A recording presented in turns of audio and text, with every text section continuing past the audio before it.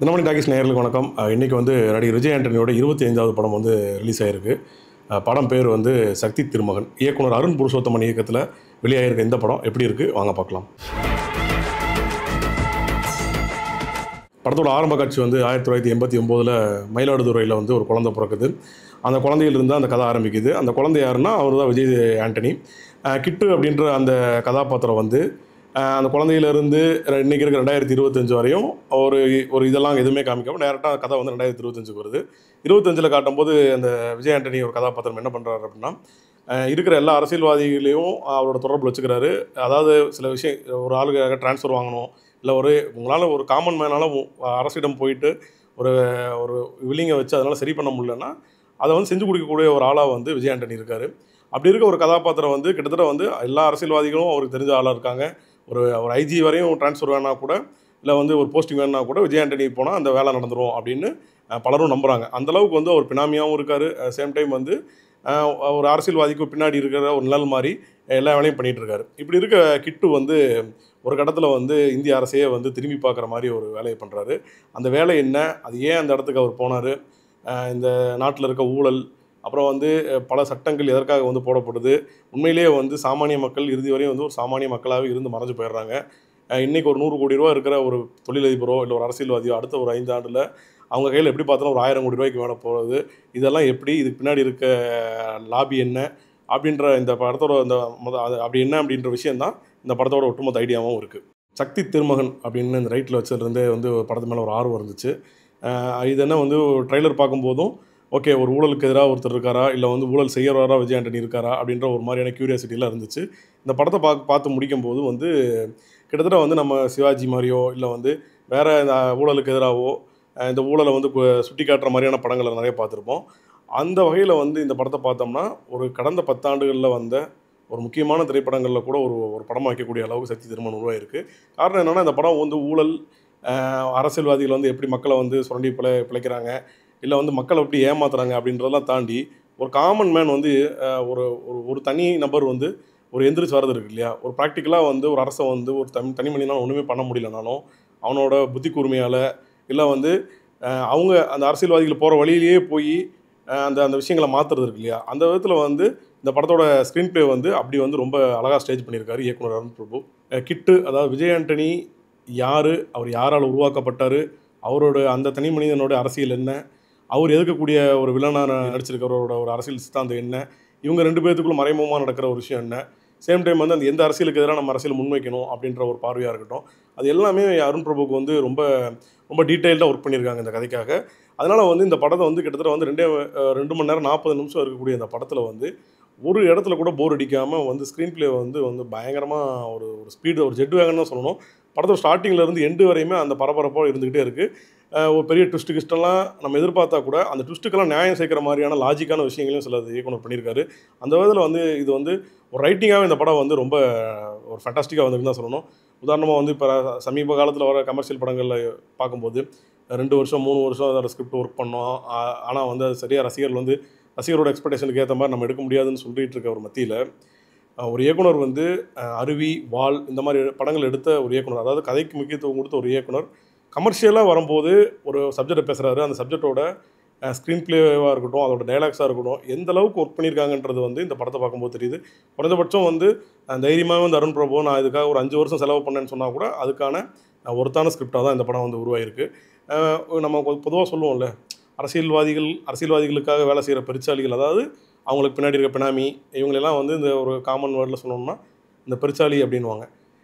இந்த கதையை வந்து ஒரு இதாக சொல்லணும்னா விஜய் ஆண்டனி வந்து ஒரு பெருச்சாளி மாதிரி இருக்கக்கூடிய ஒரு கதாபாத்திரம். அதாவது அரசியல்வாதிகளோட பினாமியாகவும் இருப்பார், எல்லாவும் இருப்பார். ஆனால் அந்த பெருச்சாளி நினச்சா ஒரு ஒரு சின்ன வந்து ஒரு ஒரு ட்ரைனேஜில் மட்டும்தான் அது இருக்காது. அது நினச்சதுன்னா வந்து ஒரு கோட்டையே தரைமட்டமாகக்கூடிய அளவுக்கு அதுக்கு பவர் இருக்குது அப்படின்றது தான் இந்த படத்தோட ஒரு கோர் ஐடியாவை வச்சுருக்காங்க.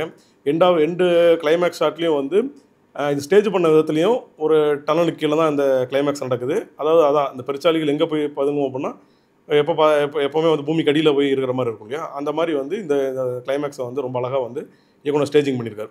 எதுக்காக சொல்லணும்னா இந்த படத்தோட கதை, திரைக்கதை, இதோட ஸ்டேஜிங், இதோட டைலாக்கு எதுவுமே வந்து இந்த கதையை விட்டு விலகாமல் இந்த கதைக்கு, இந்த கதாபாத்திரங்களுக்கு ரொம்ப தகுந்த மாரி உருவாக்கப்பட்டிருக்கு. அந்த விதத்தில வந்து இந்த படம் வந்து ஒரு ரொம்ப நல்ல படம்னே சொல்லலாம். இந்த விதத்தில ஒரு அரசியல் பாலிடிக்ஸ வந்து பாலிட்டிக்கல் த்ரில்லராவும் இருக்கு. சேம் டைம் வந்து இந்த பொலிட்டிக்கல் ரீதியான மக்களுக்கு இருக்கிற சில கோவங்கள், அவங்களால வந்து குரல் எழுப்ப முடியாத சில விஷயங்கள் எல்லாமே இந்த படம் வந்து ரொம்ப பிரமாதமா பதிவு பண்ணியிருக்கு. விஜய் ஆண்டனி கெரியர்லயே இதுதான் வந்து ரொம்ப ஒரு பிச்சைக்காரனா இருக்கட்டும், நானா இருக்கட்டும், அந்த படங்களுக்கு அப்புறம் வந்து அவரோட ஒரு பீக்கான பெர்ஃபார்மன்ஸும் சரி, அவரோட படங்கள்லயே ரொம்ப நல்ல படம் அப்படின்னு சொல்லக்கூடிய அளவுக்கான படமாவே சக்தி திருமகன் உருவாகியிருக்கு. படத்தோட வந்து கதை, திரைக்கதை இதெல்லாம் வந்து ஒரு அ இது எல்லாமே ஒரு நல்ல ஒர்க்கு இருந்தா கூட, டயலாக்ஸ் வந்து உண்மையிலேயே வந்து ஒரு ஒரு ஒரு ஜாலியான வேர்டுல அத சொல்லணும் அப்படின்னா, செதுக்கியிருக்காங்க அப்படின்னு தான் சொல்லணும். காரணம் வந்து படத்தோட ஆரம்பத்திலிருந்து எண்டு வரையுமே, இந்த வசனங்களுக்கு வந்து பயங்கரமா மெனக்கெட்டுருக்காங்க. ஒரு சின்ன சின்ன விஷயமா இருக்கட்டும், அதையெல்லாம் வந்து இந்த கதையோட எப்படி கனெக்ட் பண்றது, அப்புறம் மக்களுக்கு இருக்கிற சாதாரண கோவத்த வந்து அந்த கோவத்த வந்து சும்மா வந்து ஒரு கோவத்த வெளிப்படுத்தணுன்றது இல்லாம, அதோட டயலாக்கு அது எவ்வளோ சென்சிபிளா சொன்னா, பார்வையாளர்களுக்கு வந்து அதோட அதோட அழுத்தம் தெரியும் அப்படின்றதுக்காகவே வந்து செகண்ட் ஹாஃப்ல வந்து நெறைய வசனங்கள் வந்து ரொம்ப பிரமாதமா எழுதப்பட்டிருக்கு. முக்கியமா வந்து மனுஷன் வந்து "ஏன் குரங்குல இருந்து வந்தான்னு கேட்காத, எதுக்கு வந்தான் அப்படின்னு கேளு" அப்படின்ற மாரியான வசனங்கள்லாம் இருக்கு. அவன் வந்து எப்படி வந்தான் அப்படின்றதெல்லாம் தேவையில்ல. ஒரு ஒரு பரிணாமம் இருக்கு. ஒரு குரங்குலேருந்து மனுஷன் வந்திருக்கான்னா, எதுக்காக வந்தான் அப்படின்னு ஒரு இது இருக்கு இல்லையா? அந்த அந்த விஷயத்தையும் எப்படி சுய சிந்தனை, அ உன்னோட உரிமைய நீ எப்படி கேட்டு தெரிஞ்சுக்கணும். இல்ல வந்து உன்னோட உரிமைய நீ நீ தான் வந்து ரைஸ் பண்ணணும் அப்படின்ற ஒரு விஷயத்த வந்து ஒரு காமன் மேன் மூலியமா வந்து இயக்குனர் வந்து பல இடங்கள்ல பதிவு பண்றாரு. அது ரொம்ப நல்லாவே ஒர்க் அவுட் ஆயிருக்கு. அப்புறம் முக்கியமா வந்து நடிகர்கள் பாயிண்ட் ஆஃப் வியூல வந்து அ அவங்களோட எஃபோர்ட்ஸுமே ரொம்ப நல்லா இருக்கு. முக்கியமா வந்து விஜய் ஆண்டனி வந்து ஒரு ஒரு நல்ல அதாவது அந்த கேரக்டருக்கான ஒரு காத்திரமான ஒரு ரோல் பண்ணியிருக்காரு. அதே மாரி காதல் ஓவியம் படத்தில நடிச்ச கண்ணன், அவர் வந்து ஒரு கிட்டத்தட்ட வந்து ரொம்ப வருஷத்துக்கு அப்புறம் வந்து வில்லனா அந்த படத்தில அபயங்கர்ன்ற ஒரு ரோல்ல பண்ணியிருக்காரு. ரொம்ப பிரமாதமா பண்ணியிருக்காரு. சொல்லப்போனா வந்து விஜய் ஆண்டனிக்கு என்ன ஒரு ஒரு வெயிட்டேஜ் இருந்தோ, அந்த வெயிட்டேஜ் வந்து அவருக்குமே இருந்துச்சு. அதோட அந்த ரோல வந்து ரொம்ப சூப்பராவே பண்ணிட்டாருன்னு தான் சொல்லணும். இந்த படத்தில ஆரம்பத்தில இருந்து ஒரு அரசியல்வாதி பின்னாடி இருந்த ஒரு ஆள் வந்து, எப்படி வந்து ஒரு ரூ. 6000 கோடி அளவுக்கு பணத்த வந்து சம்பாரிக்க முடிஞ்சது அப்படின்னு, மொத்த அமைப்புமே அரசு அமைப்பு மொத்தமே வந்து அவங்களே உருவாக்கி விட்ட ஒரு ஆள்ட்ட இருந்து கேட்கும்போது, விஜய் ஆண்டனி வந்து இன்னொரு பரிணாமம் அடையறாரு. இதெல்லாமே வந்து ரொம்ப சுவாரஸ்யமா, இன்ட்ரஸ்டிங்கா போயிட்டு இருந்துச்சு. பட் என்ன லேக் அப்டின்னு கேட்டா, செகண்ட் ஹாஃப்ல வந்து கொஞ்சம் இந்த டயலாக்ஸ் ஓரியன்டடாவே கொஞ்சம் சில சீன்ஸ் எல்லாம் போயிருச்சோ அப்படின்னு தோணுது. அத மட்டும் கொஞ்சம் கரெக்ட் பண்ணியிருந்தா இது வந்து ரொம்ப ரொம்ப பெர்ஃபெக்ட்டான படமா வந்துரும். இப்பவுமே அந்த படம் எந்த ஒரு குறை இல்லாம தான் உருவாகிருக்கு. பட் இருந்தாலும் சின்ன சின்ன கரெக்ஷன்ஸ் பண்ணியிருந்தா, இந்த படம் வந்து ஒரு அடுத்த தளத்துக்கே போயிருக்கக்கூடிய வாய்ப்பு இருக்கு. நம்ம வந்து சிவாஜி படம் பார்த்தோம். அந்த படத்தில வந்து ஊழலுக்கு எதிரா வந்து அந்த ஊழல் அந்த கரப்ஷன் சிஸ்டம் வந்து எப்படி இருக்குது, அந்த கரப்டட் சிஸ்டம் வந்து எவ்வளோ மோசமா இருக்குது, சொசைட்டி வந்து இது எவ்வளோ ரொம்ப சீரழிக்குது அப்படின்ற ஒரு விஷயத்த பேசியிருப்பாங்க. ஆஃப்டர் சிவாஜி அதுக்கப்புறம் வந்து தமிழ் சினிமாவில் வந்த ஒரு ஒரு காத்திரமான படம்னா சக்தி திருமகன் தான் சொல்லணும். அந்த அளவுக்கு வந்து இதில் வந்து ஒர்க் இருக்குது. இன்றைக்கி நம்ம வந்து இன்றைக்கி தமிழில் மட்டும் கிடையாது இந்த படம். இந்த படத்துக்கு இந்தியாவில் யார் எந்த மொழியில் பார்த்தாலும் இது என்ன சொல்ல வருது, இதோட வழி என்ன, நம்ம நம்ம நான் ஒரு மக்கள் வந்து எவ்வளோ எந்தெந்த விதங்கள் ஏமாற்றப்படுறோம், இந்த அரசு எப்படி இந்த அமைப்புகள்லாம் வந்து எப்படிலாம் இயங்கிட்டு இருக்குன்றது ஒரு ஒரு தெளிவையும் இந்த படம் வந்து ரொம்ப ஆழமாக முன்வைக்குது. அந்த வகையில் வந்து ரொம்ப முக்கியமான படமாகவே இந்த படம் உருவாகிருக்கு. டெக்னிக்கலாகவும் வந்து சினிமாட்டோகிராஃபி ஒர்க்காக இருக்கட்டும், விஜய் ஆண்டனியோட மியூசிக்கும் கூட வந்து நல்லாவே ப்ளேஸ் பண்ணியிருக்காரு. அவரோட ஒர்க்கில் வந்து அவரோட படங்களை அவரே மேக்ஸிமம் பண்ணிடுறாரு. இந்த படத்துலேயும் வந்து ஒரு ஒரு ஒரு நியாயமான மியூசிக், அதாவது எந்த இடத்துலையுமே வந்து நம்மளை தேவையில்லாமல் அவே பண்ணாத அளவுக்கு நல்ல பிஜிஎம், அதுக்கேற்ற மாதிரி மென்மையான பாடல்களோட பண்ணியிருக்காரு. அருண் பிரபு புருஷோத்தமன் வந்து இந்த இந்த அவரோட வந்து அவரோட 3வது படம் தான். பட் 3வது படம்ன்றதை தாண்டி ஒரு ரைட்டிங்காக வந்து அவர் எவ்வளோ மூவ் ஆகியிருக்காருன்றது இந்த படத்து மூலிமா தெரியுது.